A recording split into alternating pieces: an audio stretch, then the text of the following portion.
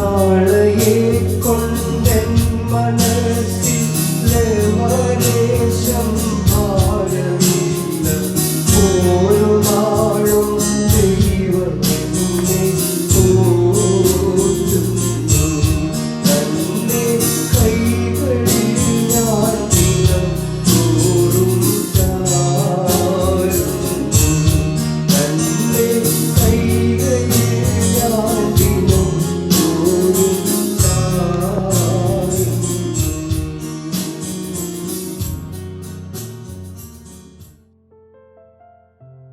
ദൈവനാമത്തിന് മഹത്വമുണ്ടാകട്ടെ.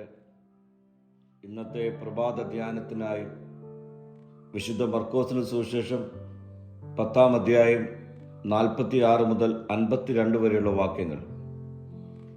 ഇന്നത്തെ ചിന്ത കുരിശ് കൃപയുടെ സാക്ഷാത്കാരം എന്നുള്ളതാണ്.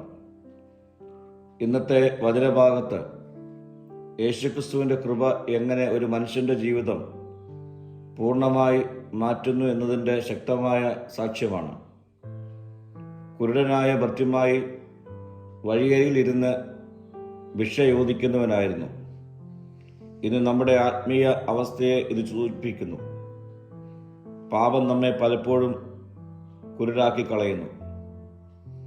അതുമൂലം ദൈവത്തിൻ്റെ മഹത്വം കാണുവാൻ കഴിയാതെ വരുന്നു. ഭിക്ഷയാചിക്കുന്നവൻ തൻ്റെ അരികിലൂടെ കടന്നു പോകുന്ന പുരുഷാരത്തിൽ യേശുവിനെ തിരിച്ചറിയുന്നു. ദാവീദിൻ്റെ പുത്ര, എന്നോട് കരുണ കാണിക്കണമേ എന്ന് അവൻ നിലവിളിക്കുന്നു. അതവൻ്റെ വിശ്വാസത്തിൻ്റെ പ്രതിഫലനമാണ്. അവൻ യേശുവിൽ കണ്ടത് ഒരു സാധാരണ മനുഷ്യനെയല്ല, മശിഹായെയാണ്. പലരും അവനെ മിണ്ടാതാക്കുവാൻ ശ്രമിച്ചപ്പോഴും അവൻ കൂടുതൽ ശബ്ദത്തിൽ നിലവിളിക്കുന്നു. ഇതാണ് യഥാർത്ഥ വിശ്വാസം. പ്രതിബന്ധങ്ങൾ വന്നാലും നിശബ്ദമാക്കുവാൻ കഴിയാത്ത വിശ്വാസം.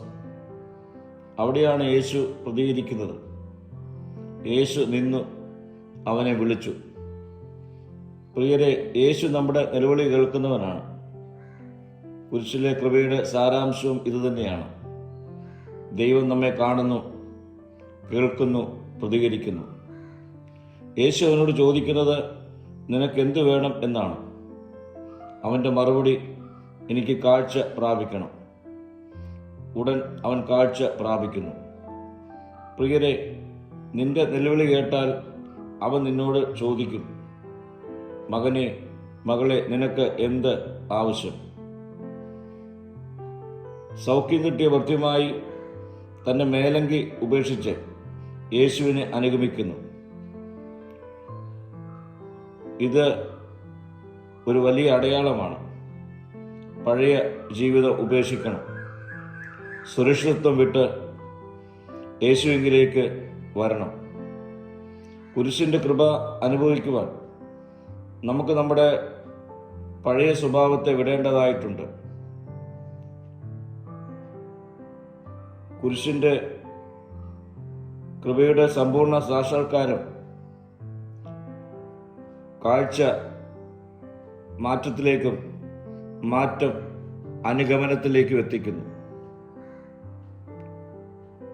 ആത്മീയ ബോധം ജീവിത പരിവർത്തനത്തിലേക്കും ശിഷ്യത്തിലേക്കും നമ്മെ കൊണ്ടെത്തിക്കും. ഈ ഒരു മാറ്റത്തിനായി ഈ നാളുകളിൽ ദൈവശബ്ദത്തിനായി നമുക്ക് കാത്തിരിക്കാം, പ്രാർത്ഥിക്കാം. കർത്താവേ, ഭൃത്യമായെപ്പോലെ ഞങ്ങൾ നിലവിളിക്കുന്നു.